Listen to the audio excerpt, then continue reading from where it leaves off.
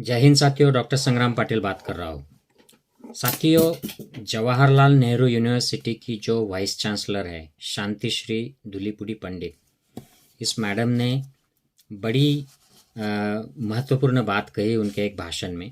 मैंने पूरा भाषण तो नहीं सुना, लेकिन उनके जो समतावादी जो विद्रोही मुद्दे हैं वो मैंने सोशल मीडिया पर सुने। तो ऐसे 5 मुद्दे उन्होंने कहे, उनके बारे में मैं इस वीडियो में आपसे बड़ी इम्पॉर्टेंट बात शेयर करना चाहता हूँ जो हिस्टोरिकली इम्पॉर्टेंट है। तो इन्होंने जो 5 मुद्दे कहे पंडित मैडम ने, पहला मुद्दा था कि कोई भी हिंदू देवता जो है ये ब्राह्मण वर्ण से जाति से नहीं है। दूसरा एक मुद्दा उन्होंने बड़ा महत्वपूर्ण कहा और उनकी सराहना करनी चाहिए इस बात के लिए। उन्होंने बुद्ध के मार्ग की प्रशंसा की है कि यह समता वाला मार्ग था। हम भी जानते हैं कि इसमें कोई वर्ण व्यवस्था, जाति व्यवस्था का कोई स्थान नहीं था और स्त्री और पुरुष को इक्वल बना दिया था इस प्रथा ने, जिसके अगेंस्ट ब्राह्मण धर्म की प्रथा है, मनुवाद की प्रथा है, जिसमें वर्ण व्यवस्था है, जाति व्यवस्था है और स्त्री को शूद्र बताया जाता है। जो उन्होंने अगली बात बताई है कि स्त्री को कोई वर्ण नहीं है, ये शूद्र है और इसको वर्ण जो है यह अपने पति से या अपने पिता से मिलता है। तो स्त्री कोई भी ऐसा नहीं कह सकती है कि मैं ब्राह्मण स्त्री हूँ या क्षत्रिय स्त्री हूँ, क्योंकि वो शूद्र ही है, वो किसी भी वर्ण में जन्मी हो। अगली जो बात उन्होंने कही थी कि बाबा साहब अम्बेडकर की उन्होंने बड़ी प्रशंसा की है कि उन्होंने जो इस मार्ग को फिर से, समतावादी मार्ग को फिर से उजागर किया और लोगों को राह दिखाई, वो बड़ी इम्पोर्टेंट राह है। सब में समता प्रस्थापित होनी चाहिए, बड़ी इम्पोर्टेंट बात है। और राजस्थान के इंद्र मेघवाल की से लेकर उन्होंने इम्पोर्टेंट बात जातीयवाद पर कही कि जो जात इतनी विषमता और द्वेष सिखाती है उसके प्रति हमें इतना चिपकाव क्यों है। तो सही में ये बड़ी अच्छी बातें हैं। शांति श्री धूलीपुड़ी पंडित वैसे तो आरएसएस से प्रभावित है। उन्होंने पीछे एक बार कहा भी था ऐसे कि आरएसएस की वजह से वो वहाँ पे है, यहाँ तक आई है, इस तरीके के कुछ वक्तव्य किए थे। लेकिन उनके भाषण में इस तरीके की विद्रोही विचारधारा आना, ये बात कुछ स्ट्रेट फॉरवर्ड नहीं लगती है, लेकिन बात तो उन्होंने सही कही है, तो उसके ऊपर बात करते हैं। पहली जो बात है, ब्राह्मण जाति के वर्ण के देवता नहीं है हिंदू धर्म में। इसके ऊपर मैं 2 स्लाइड्स से एक्सप्लेन करूंगा अंत में। उसके पहले ये जो बुद्ध का मार्ग है ये समतावादी मार्ग था। इसमें उन्होंने चारों वर्ण के लोगों को और वर्ण के बाहर जो थे चांडाल और उस तरीके के जिनको अछूत माना जाता था, ऐसे सारे लोगों को दीक्षा दी थी और वो अरहंत हुए थे, बुद्ध हुए थे, जिन्होंने उनसे शिक्षा पाई थी। उन्होंने महिलाओं को भी शिक्षा दी थी। तो यह समता का मार्ग था और उन्होंने स्पष्ट रूप से कहा था कि कोई भी वर्ण दूसरे वर्ण से सुपीरियर नहीं है। सारे वर्ण के लोग जब अपने मन के कर्म शुद्ध करते हैं, मन शुद्ध करते हैं, तभी वो शुद्ध होते हैं। आप ब्राह्मण है इसलिए जन्मते ही शुद्ध नहीं कहलाओगे, अनलेस एंड अनटिल आपने अपने प्रयास से, अपने बर्ताव से, साधना से आपको शुद्ध कर लिया हो खुद को। तो बड़ी अच्छी बात है। बाबा साहब अम्बेडकर ने यही मार्ग भगवान बुद्ध का सामने लाया और अपने अनुयायी के साथ उन्होंने ब्राह्मण मार्ग को छोड़कर वो बुद्ध के मार्ग पर चले। उन्होंने पंचशील, समाधि और प्रज्ञा का, करुणा का ये मार्ग अपनाया और हमें उसी मार्ग पे आधारित एक संविधान की एक फैसिलिटी दी, हमको गिफ्ट दिया और वही संविधान हम अपना रहे हैं।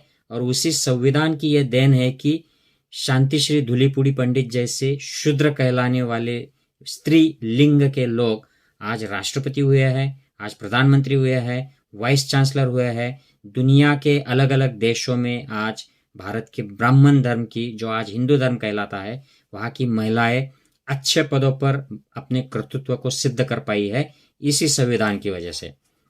अगला जो उन्होंने मुद्दा कहा है कि श्री शुद्ध ही होती है, शूद्र ही होती है ब्राह्मण धर्म में। यह आप मनुस्मृति ले लो या और कोई भी पुराण ले लो, स्मृतियाँ ले लो, रामायण महाभारत कुछ भी ले लो, यहाँ पर स्त्री का जो दर्जा है यह इन्फीरियर है। स्त्री को उठा कर लेके जाना, स्त्री को दाव पर लगा देना जुए में, स्त्री को नीचा दिखाना, स्त्री को अग्नि परीक्षा से गुजरना ये सारी बातें जो है, स्त्री का रेप कर देना, स्त्री को गंदी गंदी तरह की भाषा का इस्तेमाल करके उसको नीच दिखाना, ये जो मनुस्मृति में ब्राह्मण ग्रंथों में किया है, ये उन्होंने सही बोला है। लेकिन आज संविधान का राज आने की वजह से स्त्री को सारे अधिकार मिल गए हैं जो पुरुष को सिर्फ दिए जा सकते हैं ब्राह्मण धर्म में या हिंदू धर्म में। इसलिए स्त्री भी आज आगे बढ़ सकी है। और जातीयवाद को भी संविधान ने मिटा दिया है और ये सही में विषमतावादी है, हमको मिटाना चाहिए। अब बात करते हैं कि ब्राह्मण जाति वर्ण के लोग हिंदू देवता क्यों नहीं हैं। तो इसके लिए हमें हिस्ट्री देखनी पड़ेगी साथियों। सबसे पहले मैं आपको ये फ्लो चार्ट दिखाता हूँ, ये ठीक से देखिएगा। ये बड़ी डीप स्टडी करके मैंने बनाया है और ये टाइमलाइन दर्शाता है कि भारत के इतिहास में, जैसे बाबा साहब ने कहा है कि भारत का इतिहास ये श्रमण परंपरा और ब्राह्मण परंपरा, इनके कंपटीशन का, इनके जो वाद रहा है, इनका वाद विवाद होता रहा है, इनमें जो संघर्ष होता रहा है, इसकी परंपरा है। तो श्रमण और ब्राह्मण ये दोनों परंपराओं का अगर हम ठीक से स्टडी करते हैं, इसका लिटरेचर देखते हैं, तो हमें ये पता चलता है कि सबसे पहले श्रमण परंपरा शुरू हुई है। अब आप में से काफ़ी सारे लोगों को ये बात हजम नहीं होगी, लेकिन अगर आप डीपली त्रिपिटक में बुद्धा ने क्या कहा है, त्रिपिटक ये हमारा सबसे पहले अवेलेबल लिखित साहित्य है। हम जानते हैं कि वेद त्रिपिटक में भी मेंशन किए गए हैं, लेकिन लिखित स्वरूप में वेद ये काफ़ी बाद में आए। शुरू में तो ये प्राकृत भाषा में थे, फिर वो संस्कृत में कन्वर्ट हुए, लेकिन लिखित फाइनल वर्जन जो आज हमको अवेलेबल है, ये बहुत नया है in comparison to Buddhist literature. तो श्रमण परंपरा में जो बुद्धा कहते हैं कि पहले के बुद्धों ने जो ज्ञान दिया था वो ज्ञान एडल्ट्रेट हो गया, उसको खराब कर दिया, बिगाड़ दिया, और इसलिए परंपराएं खराब होती रही। तो इससे हमें पता चलता है कि वेद जो पहले के अरहंतों का, बुद्धों का नॉलेज हुआ करता था, वो खराब कर दिया, उसमें मिक्सिंग कर दिया, उसमें कुछ अच्छी चीज़ें थी वो हमने मिस कर दी, और उससे एडल्ट्रेट करके जो वैदिक परंपरा जो हमारे यहाँ पे चलती थी, जिसमें काफ़ी सारी गलत चीज़ें चलती थी, बलि देना और व्यभिचार और पुरोहितगिरी, कर्मकांड जैसे पाखंड चलते थे, वो बुद्ध के आने के बाद, फिर से आने के बाद ये बंद हो गई।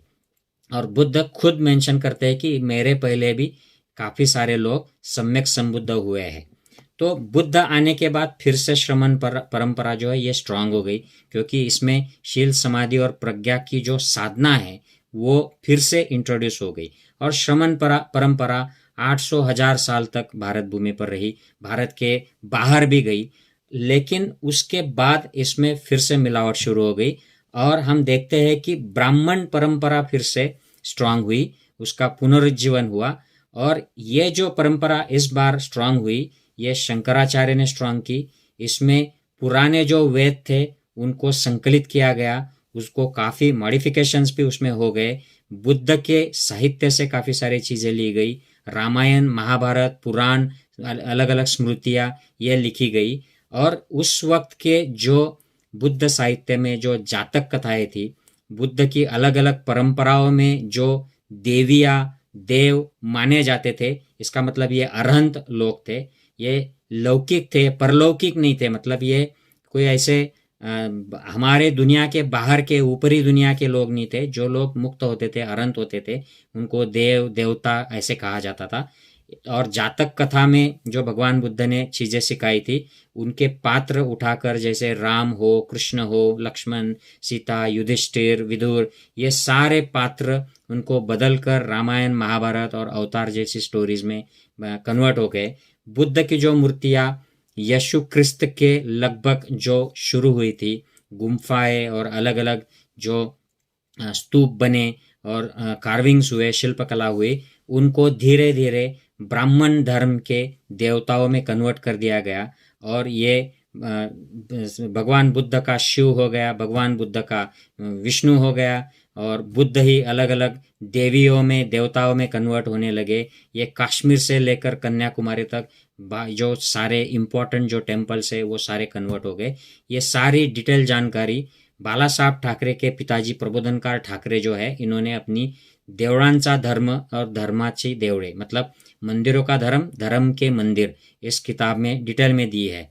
तो ये जो देवी देवताएं ब्राह्मण धर्म में जो आई है, ये बुद्ध के साहित्य से, बुद्ध की अलग अलग जो प्रथाएं थी, महायान हीनयान जैसी जो प्रथाएं, उनमें जो देवताएं मानी जाती थी, जो जातक कथाएं हैं, उनमें से उठाकर, और जो बुद्धकालीन शिल्प थे, जो बुद्धिज्म के शिल्प थे, उनको कन्वर्ट कर कर ये सारे ब्राह्मण देवी देवता बना दिए गए और ये पात्र उनमें कन्वर्ट कर दिए गए और ये स्टोरी सारी तोड़ मरोड़ कर पेश की गई। तो इसका मतलब यह है कि ब्राह्मण धर्म जो बाद में मुगल और अंग्रेज के ज़माने में हिंदू धर्म कहलाया, इसमें जो देवी देवताएं हैं, ये मूलतः बुद्ध की प्रथा से आती है, बुद्ध की परंपरा से आती है।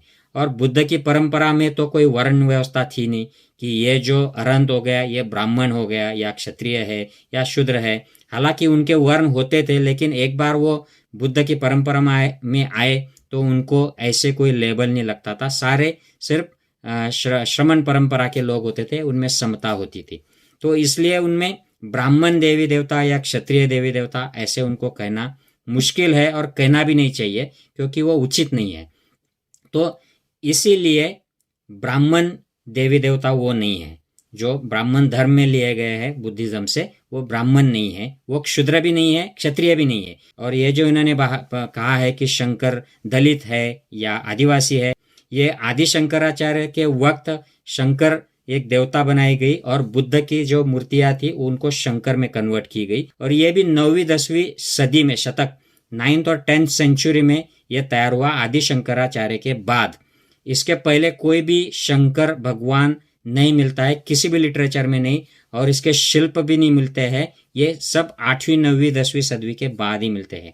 और बाकी जो सारे जो अवतार है, विष्णु है, ब्रह्मा है, महेश है, राम कृष्ण, इनके भी कोई अस्तित्व ब्राह्मण धर्म के नहीं मिलते हैं। ये जातक कथाओं में राम या कृष्ण या वासुदेव, ये इस तरीके के जातक कथाओं में नाम मिलते हैं। तो साथियों, मैं आशा करता हूँ कि ये जो मैडम है शांतिश्री धूलीपुड़ी पंडित, इन्होंने जो विद्रोही मुद्दे उठाए हैं, इनकी ऐतिहासिक पार्श्वभूमि क्या है, मुझे पता नहीं कि इन्होंने ये सारी बातें ध्यान में रखकर ये स्टेटमेंट किया है या उन्होंने अब तक ये सब लिटरेचर नहीं पढ़ा है। वो काफ़ी पढ़ी लिखी, PhD डॉक्टरेट है, तो शायद उन्होंने ये पढ़ा होगा और शायद इसी बात को ध्यान में रखकर ऐसा स्टेटमेंट किया होगा, ऐसे मैं मानता हूँ।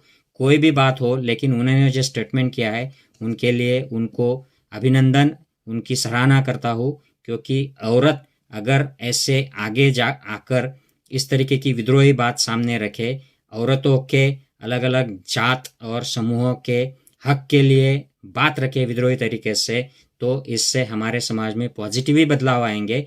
ये कोई नकारात्मक बात नहीं है, पॉजिटिव बात है। मैं आशा करता हूँ कि इस वीडियो द्वारा मैं इस बात की एक ऐतिहासिक पार्श्वभूमि आपके सामने रख पाया हूँ। फिर मिलेंगे और किसी वीडियो में। जय हिंद साथियों।